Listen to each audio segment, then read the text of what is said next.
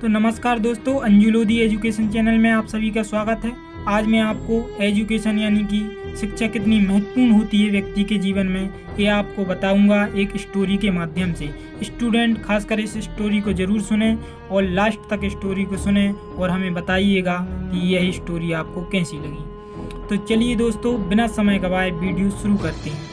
काफ़ी समय पहले एक राजा जंगल में शिकार करने गया था। बरसात का मौसम होने के कारण ये अंदाज़ा लगाना काफ़ी मुश्किल होता है कि कब अचानक बारिश होने लगे, और हुआ भी यही। अचानक बारिश होने लगी और सूरज डूबने लगा और धीरे धीरे अंधेरा छाने लगा। अंधेरे में राजा अपने महल का रास्ता भूल गया और सिपाहियों से अलग हो गया, और भूख प्यास और थकावट से राजा काफ़ी परेशान हो गया था।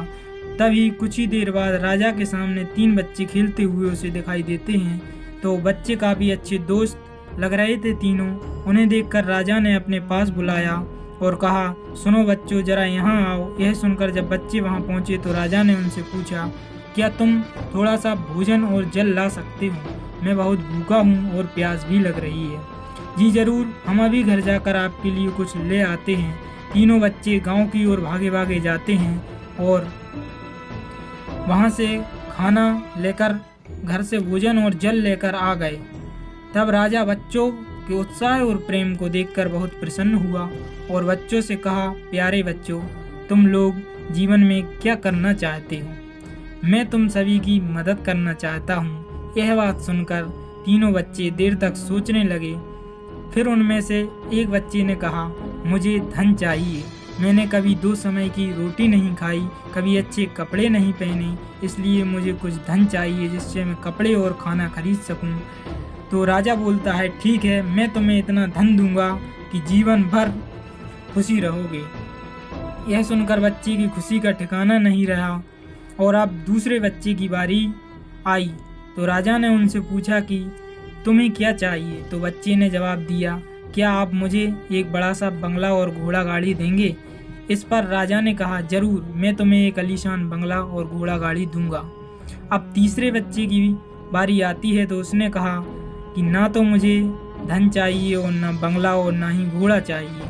मुझे तो आप ऐसा आशीर्वाद दीजिए कि जिससे मैं पढ़ लिख कर विद्वान बन सकूं और शिक्षा समाप्त होने के बाद मैं अपने देश की सेवा कर सकूं। तो बच्चे की यह इच्छा सुनकर राजा उससे प्रभावित हुए और राजा ने उस बच्चे के लिए उत्तम शिक्षा का प्रबंध किया।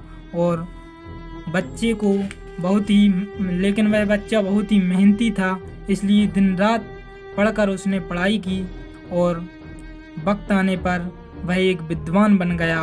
और समय आने पर राजा ने उसे अपने राज्य में मंत्री पद पर नियुक्त कर दिया। एक दिन राजा को अचानक पहले घटी हुई घटना याद आ गई, तो उन्होंने मंत्री से कहा अपने कि तुम्हारे साथ पहले 2 बच्चे थे, अब उनका क्या हाल चाल है? मैं चाहता हूँ कि मैं एक बार फिर तुम तीनों को एक साथ देखूं।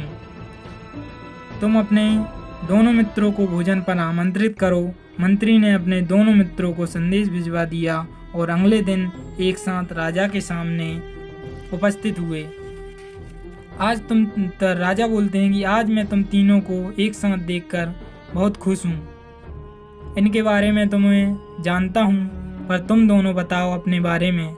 राजा ने मंत्री के कंधे पर हाथ रखते हुए पूछा। उसने धन मांगा था। वो बहुत दुखी होते हुए बोला, राजा साहब, मैंने उस दिन आपसे धन मांगकर बहुत ही बड़ी गलती कर दी। इतना सारा धन पाकर मैं आलसी बन गया और बहुत सारा धन बेकार में खर्च कर दिया। मेरा बहुत सा धन चोरी हो गया और कुछ ही वर्षों में मैं वापस उसी स्थिति में आ गया जिसमें आपने मुझे देखा था।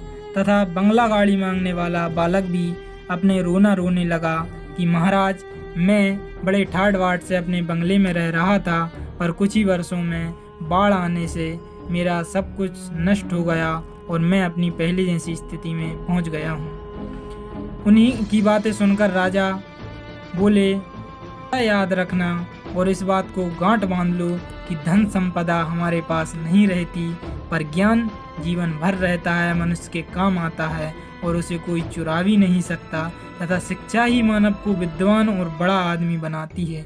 इसलिए सबसे बड़ा धन ज्ञान है और विद्या है। पहले इसे हासिल करो, धन उसके बाद अपने आप आ जाएगा। तो दोस्तों, ये थी उस समय की बात, लेकिन अब टाइम बदल गया है, कंडीशन थोड़ी बदल गई है और आजकल एजुकेशन के साथ साथ स्किल भी होना ज़रूरी है तथा एजुकेशन और स्किल जिस व्यक्ति के पास होती है आज वह कामयाब और सक्षम व्यक्ति माना जाता है। तो कभी भी हमें धन दौलत पर घमंड नहीं करना चाहिए, हमें अपनी बुद्धि, विद्या और मेहनत पर विश्वास रखना चाहिए, जिसे हम कभी भी इस्तेमाल करके